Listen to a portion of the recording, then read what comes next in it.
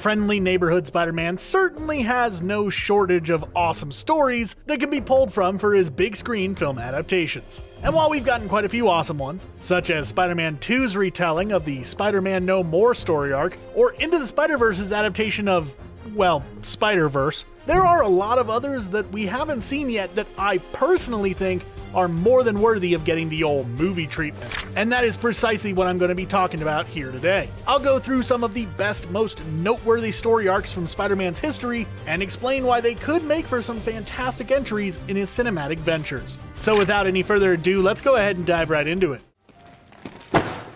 Pizza time. Let's start this list off with what is easily the longest single story arc on the entire list. In fact, it might just be one of the longest in Spider-Man's entire history. I'm talking about, of course, the Clone Saga. In the 1970s, a comic storyline introduced a clone version of Peter Parker to comic readers everywhere, and the two were pitted against each other, and after a large explosion, the clone was seemingly killed, and Peter dropped his body into an incinerator. However, the way the comic was written left some ambiguity over whether or not it was the real Peter who survived, or the clone. Something that did eat away at Parker's sanity over the years.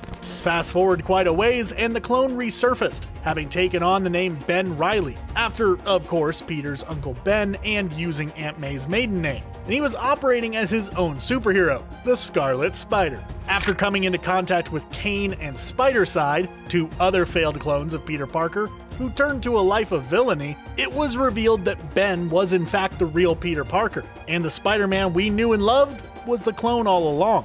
In light of this, Ben took up the mantle of Spider-Man, and Peter retired from superherodom, instead choosing to focus his time on his forthcoming child, as Mary Jane was pregnant at the time. And Ben was indeed Spider-Man for a little while, until it was discovered that Norman Osborn had actually faked the medical report that claimed Peter was a clone in an attempt to fully break Peter's spirit. So Peter returned to being Spider-Man, and Ben Reilly went off and had his own adventures as the Scarlet Spider. Now, this could potentially be a fantastic story to base a film around that really explores Peter Parker's psyche, something that other Spider-Man films have only really scratched the surface of. Though it would take a crazy amount of setup to get us to the point that it could be executed properly. But if it could be done right, I think it would make for a killer movie. Plus, come on, who wouldn't want to see Spider-Man fighting another Spider-Man? While this is technically more of a Kraven-focused story than Spidey, Kraven's Last Hunt is a fantastic bit of storytelling and probably the definitive Kraven the Hunter story arc. After hunting Spider-Man for quite a long time, Kraven finally got the drop on the old webhead and seemingly shot him dead, burying him in a shallow grave. Afterwards, wanting to prove himself superior to his foe in nearly every way, including what Spider-Man did for a living, he donned a replica Spider-Man suit and began hunting down and brutally beating criminals all over New York, finally managing to capture a villain by the name of Vermin by himself, who Spidey had just recently required the help of Captain America to take down. Around this time, Spider-Man actually woke up, it having been revealed that he was only actually shot with a tranquilizer, and he went out and found Kraven, who refused to fight back, claiming that he had won and his work was complete at that point. He then released Vermin and told Spider-Man that he could go chase after him, as Kraven's hunting days were now over. And he meant it, as he went home, laid out evidence that he had been the one who had been beating criminals senseless, then, finally satisfied with what he had achieved, he took his own life. That, got dark really quick. But darkness aside, it's a pretty fantastic story that really gets to the heart of the obsessive nature of Kraven's character. And since most Marvel villains only really get one movie appearance before they're taken out, unless your name's like Loki or Thanos or something, if you're gonna have Kraven in a Spider-Man film, why not include what is arguably his best story, and let him go out on his own terms? What happens when you give an entire city superpowers and then let them do whatever they want with them? Exactly what you would think would happen. Absolute chaos. Spider Island was a story arc that started with a supervillain named the Jackal, who hatched a plan to create as much havoc as possible in New York by infecting citizens with spider-based powers, turning them into superpowered monstrosities. The Avengers eventually got involved and actually told Spider-Man to stay out of the fight, as it would be too difficult to tell him apart from all the other spiders. But he did eventually start leading a group of do-gooder citizens into battle. This one would be another situation where we would be able to see Spider-Man effectively fight himself. And it could actually be a pretty awesome way to introduce some of the different Spider people into the MCU if they wanted to. We got Spider-Girl, Silk Spectre, Spider-Woman, maybe even Scarlet Spider or Miles Morales if you really want to get crazy with it. Though it would probably have to be a big movie to achieve all of it. You know how everyone joked that Captain America Civil War was just Avengers 2.5? Well, this would probably have to be Avengers 4.5. Just a Spider-Man focused team-up movie.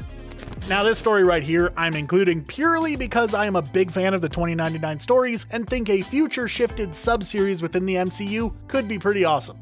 Oh yeah, I'm talking about Spider-Man 2099. The story introduces us to Miguel O'Hara, a scientist working as the head of genetics for Alchemax, a major megacorporation operating out of Nueva York, the future version of New York City. While working on a project trying to recreate the original Spider-Man, a freak accident causes Miguel to try to quit. I say try, as the head of Alchemax, Tyler Stone, tricked him into becoming addicted to a drug produced by Alchemax that kinda messed with his genetics, in an attempt to keep him bound to the company. Instead, Miguel worked within his lab to try to remove the addiction, but accidentally became bonded with some of the genetic material they were using on the Spider-Man project, turning him into the 2099 version of the hero and setting him on a path that would put him in direct conflict with Stone and Alchemax as a whole.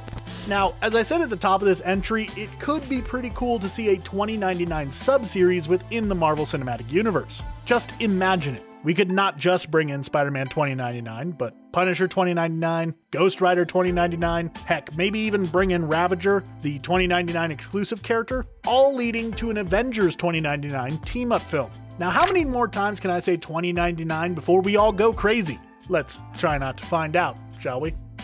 Now, okay, this final entry might technically be cheating, as we kinda got it at the beginning of Into the Spider-Verse, sort of, but I think a dedicated film based off of the death of Spider-Man would make for a fantastic way of sending off Tom Holland's version of the character, as his solo films within the MCU come to a close. Running concurrently with the Ultimate Avengers vs. New Ultimate story arc, the death of Spider-Man sees Peter Parker trying to balance both that conflict, which is doing incredible damage to the world around him, and a recently escaped team of supervillains made up of Green Goblin, Doc Ock, Kraven, Sandman, Electro, and Vulture.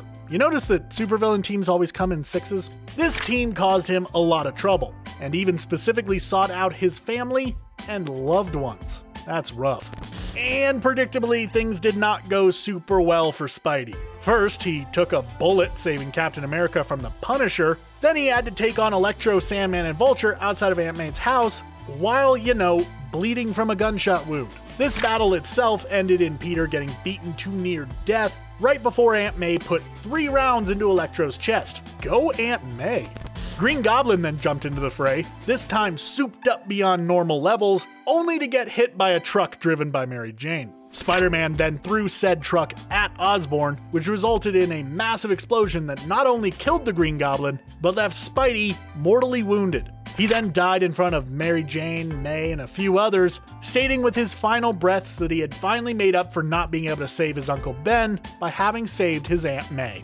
The death of Spider-Man, of course, led directly into the introduction of Miles Morales as the new Ultimate Spider-Man, which actually could be a way forward for Spider-Man within the MCU. As we all know at this point, Sony is dead set on bringing the Tom Holland version of Spider-Man into their Venomverse, leaving the MCU without a webhead. So why not do something similar to Death of Spider-Man and give the MCU Miles while Sony gets Peter?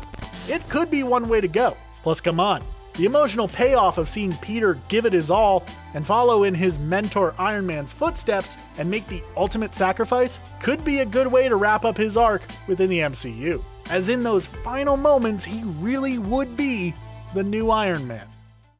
There are so many more storylines that I couldn't include in this video that would be worth seeing on the big screen. Just off the top of my head, we've got Secret Wars, the original Hobgoblin saga, Spider-Man Blue, and sure, why not, One More Day.